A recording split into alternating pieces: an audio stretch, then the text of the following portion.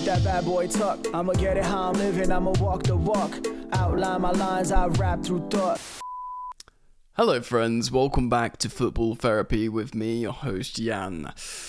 Chelsea lose the cup final to Liverpool, and you know what, mate? I kind of thought we'd lose. But why make me wait to the 128th minute or whatever it was?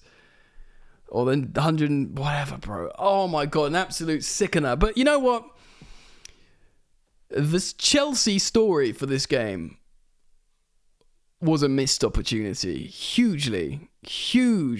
We're going to talk about it today. What happened to those Chelsea players in extra time? It's extraordinary. Look, credit to Klopp's kids he brought on. It's going to be such a... Oh my god, I can see the headlines now, like, brave Klopp, trust the kids. To be honest, it's great from him. The kids, let's be grown-ups. Well done to Liverpool youngsters who came on a cup final and did the business. But a lot of it was Chelsea letting them gain confidence. We shouldn't have done that. This game demonstrated Chelsea's just lack of experience. That is it, really, isn't it? The lack of experience. We can talk about the manager, we'll talk about the players, but really, like, Chelsea should have won this game. Liverpool were favourites. Even with their injuries, Liverpool were the bookmakers' favourites. And for good reason. The way they play, how settled they are under Klopp, how... Where they are, Klopp's Liverpool, in, their development, in how experienced they are, in winning finals. That's, ladies and gentlemen, that is our 7th consecutive final I think we've lost, like a major trophy domestic final. I believe that's the case, 7 in a row, which of course predates, Pochettino, the new owners. This is something that's been happening for Chelsea for far, far too long. The last domestic trophy we won was 6 years ago in 2018, and we've reached, 6 finals since then, losing every single one. Lampard against Arsenal, a couple with Tuchel.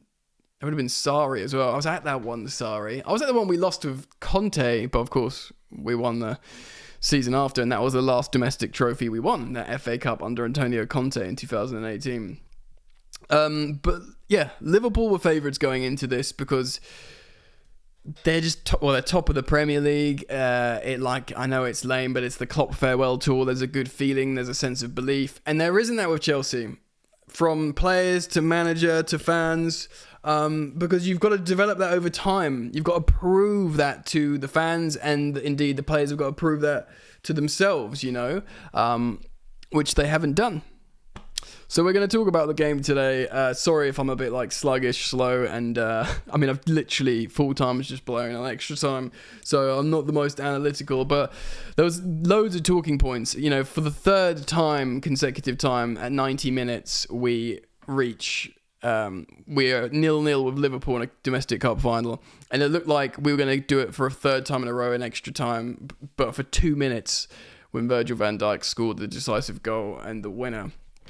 But to be honest, bro,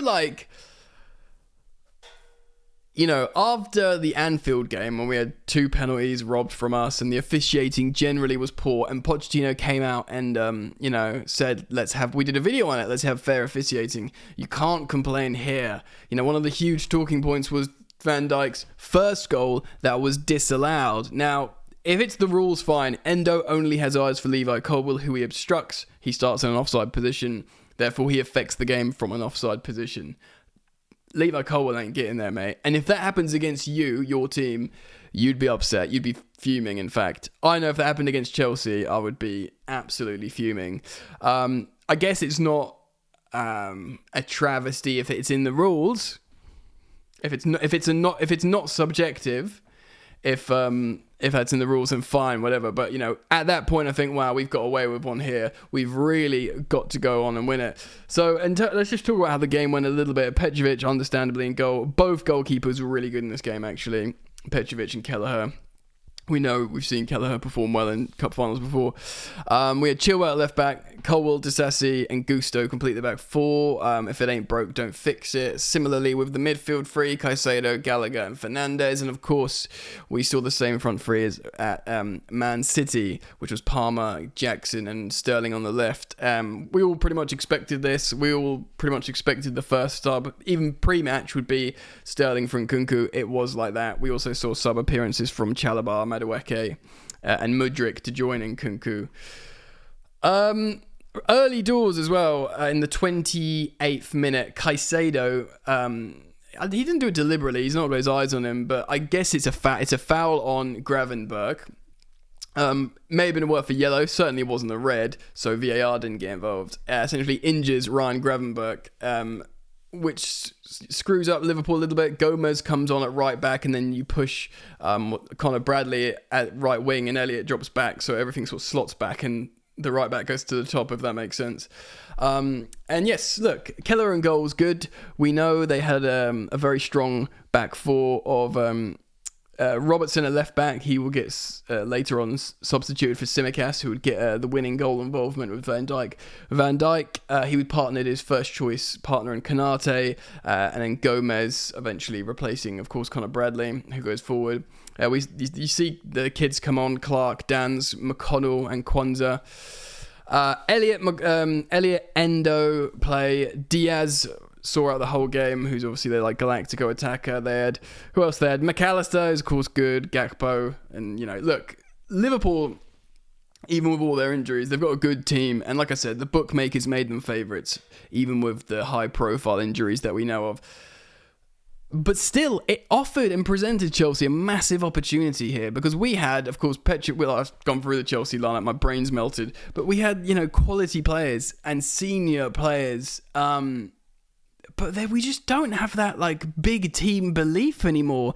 And maybe this is maybe this is just where we are. You've literally got to rebuild Chelsea from the ground up. I mean, I guess we have to, It was a really, really nervy game on both sides, but more so Chelsea. Gusto played well, but in the first half, he saw 4 balls go out to touch from poor control from receiving crosses. There was a lot of that. Caicedo and particularly Colwill started the game very nervy. Colwill kept doing loads of silly stuff around our box early doors, but he got better in the game. The midfield was fine. Gallagher played really well, but then he missed a hat-trick of chances. Now, those chances he missed, none of them was a sitter. He didn't miss an open goal, and he's not a prolific goal scorer. Certainly, he's got a couple recently against Palace, but he's not in form in terms of goal scoring this season. So, after playing so well, running for so long, he obviously hit the woodwork as well as missing a couple chances. I mean, he'll feel very disappointed he didn't score those goals, because the complexion of the game could be different, but it's kind of not his job, really. I mean, it's great if he scores that goal. He bailed us out recently, of course, against Palace, but, when the pressure's on you like that, he's not Eden Hazard, do you know what I mean? He's a really hard-working, good midfielder, but it shouldn't, I'm just really reluctant to dig out Conor Gallagher.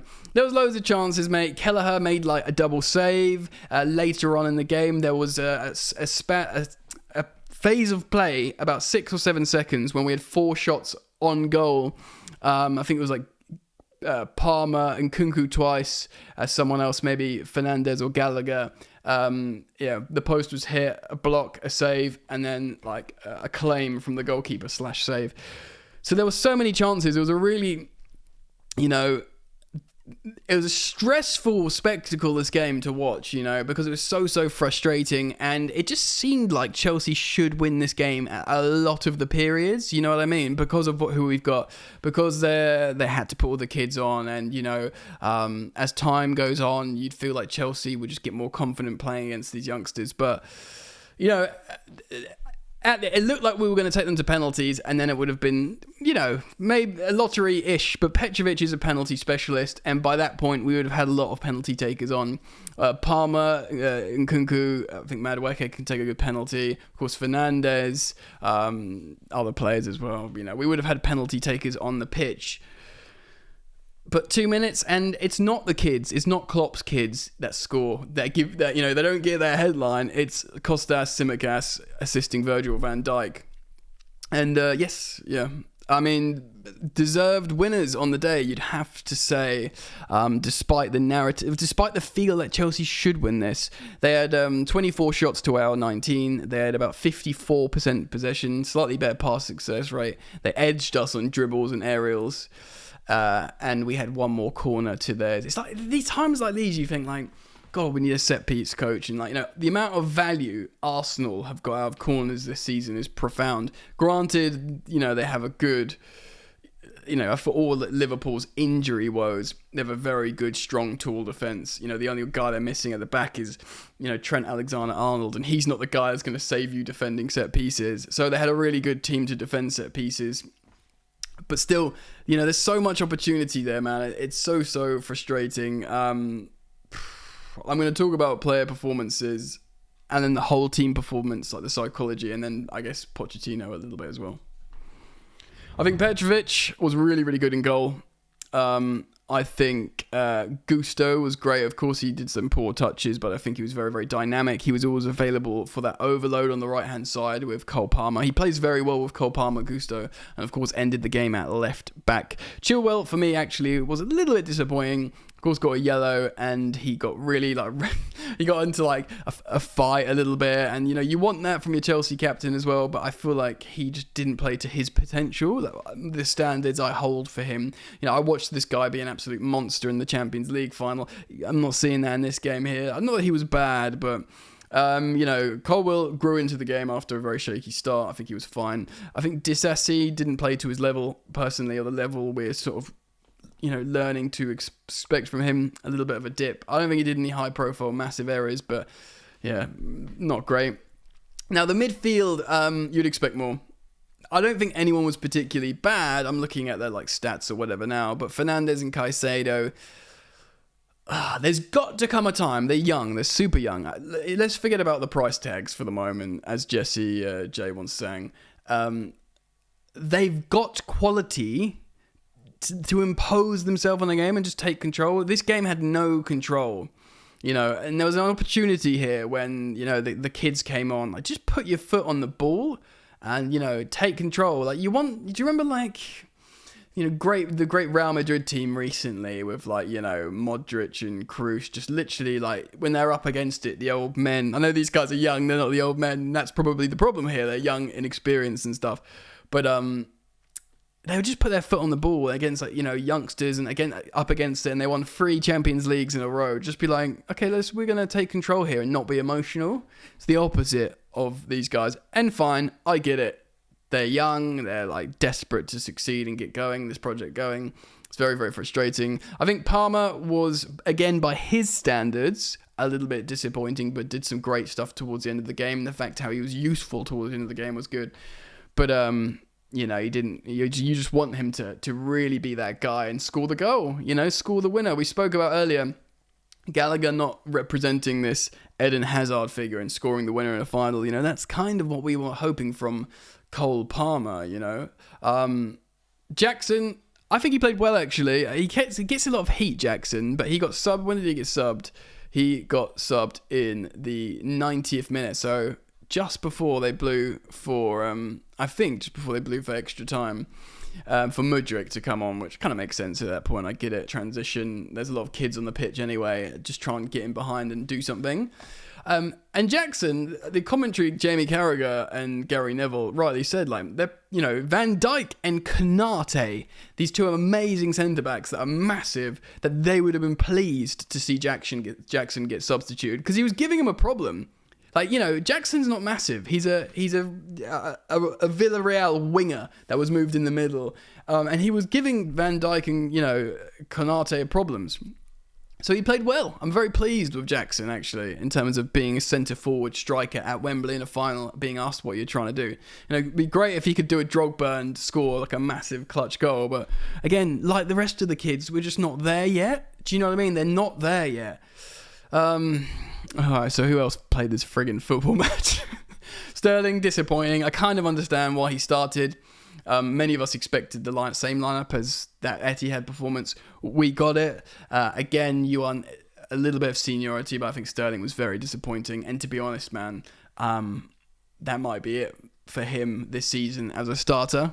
For me personally, as in like I've been giving the sort of understanding, okay, you're starting Sterling because of this, but that might be it for me. Yeah, and then you had the substitutes. I see Chalobah's got the lowest rating of a Chelsea player here, or joint lowest with Sterling on who scored. He was didn't really get. He came in at right back. He's being used as a sort of utility player at the moment, isn't he? In the dying minutes of games, but yeah, I don't think he's very effective personally.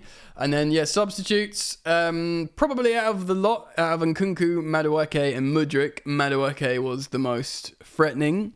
I don't think Mudryk got much of an opportunity to demonstrate how he could help and affect the game. And Nkunku was left frustrated in a couple of instances around the box there where he wanted the ball, didn't get it. But yeah, he's not sharp and he's just not tuned.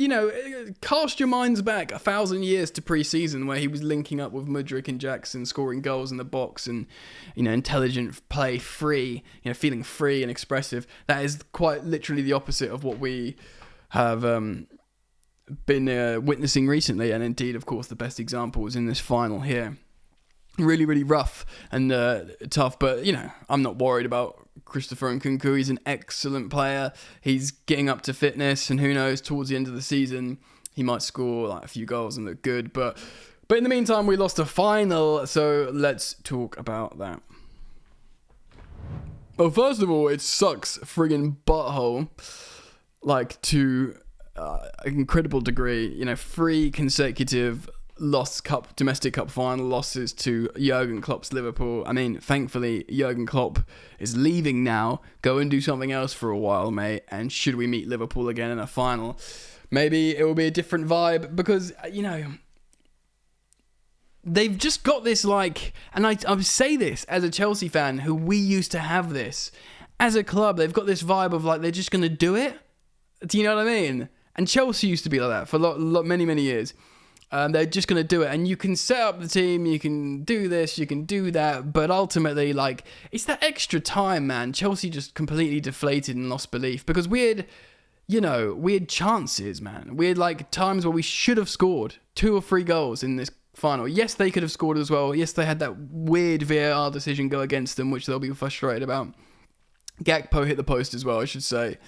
So they had chances, but we did as well. And we ultimately should have grown into the game as more seasoned professionals, but we didn't.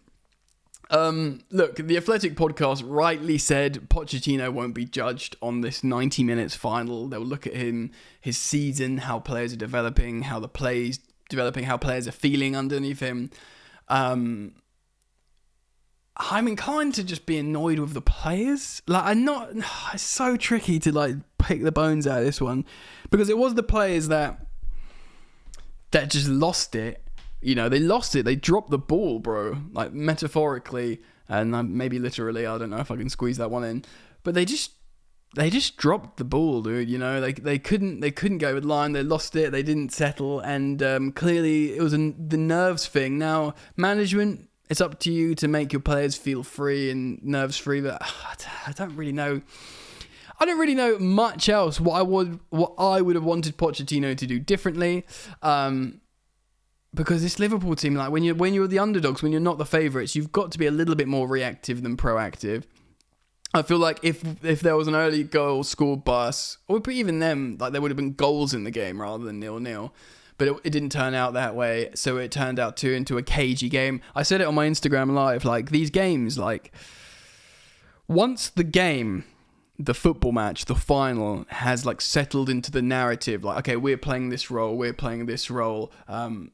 it's because it's literally it's a human thing. It's an emotional thing. The players feel it off their teammates, the opponents, the crowd. Everyone sort of agrees on the context of the game. Do you know what I mean? And it takes a super player to break out of the matrix. Do you know what I mean? And be no, I'm piercing through this illusion, and I'm gonna do an Eden Hazard, Didier Drogba, the greats. Do you know what I mean? Because everyone settles into the sort of fear factor of the game. And this was that on both sides. And of course it took their captain and one of their more senior players to break down a set piece. But there were chances on both sides. I feel like the players just aren't that team yet. This final was a test if these young players are ready to be like a proper Chelsea team. And the answer is no, no. The answer is no. And I'm not saying they won't be. They can't become it, Win a few games, score a few goals, like see a few relationships develop, and then eventually win a trophy. Then that would change. But right now they're just not that, because Chelsea won't. I'll say get a better opportunity. Klopp's going now, but like this was you won't get a better opportunity in Klopp's Liverpool in his tenure. Well, God, his first teams were not that great. Okay, in the last 5 years, you will not get a better chance to beat a Jurgen Klopp Liverpool side, and this was that chance. And I hate to be so reductive, but they bottled it a little bit, the kids. Klopp's kids won it, but you know what I mean? The pressure was off them. The pressure then all became on the Chelsea team, and they didn't rise to it. I'm very disappointed. Look, man, it's the Carabao Cup, isn't it? I mean, it would have been great. It would have been Conference League qualification. It's not the sexiest trophy, but Pochettino's never won a trophy in English football. The Chelsea owners are yet to deliver silverware to the club. And I mean, I understand Badalik Barley and Todd Bowley stand in the stands probably don't feel like they could have affected it anymore. And it's going to be a long journey, man. Very, very disappointed. Because it's, above all, it's the headline will be missed opportunity and the Chelsea players fail a test essentially. But it doesn't mean they can't pass it in the future. It sucks, guys. Let me know what you think. Videos every day here on Football Therapy. Thanks for liking and subscribing. And a bit of a long video. Sorry if I mumbled a bit, but just lost the cup final, innit? All right. See you later. Peace.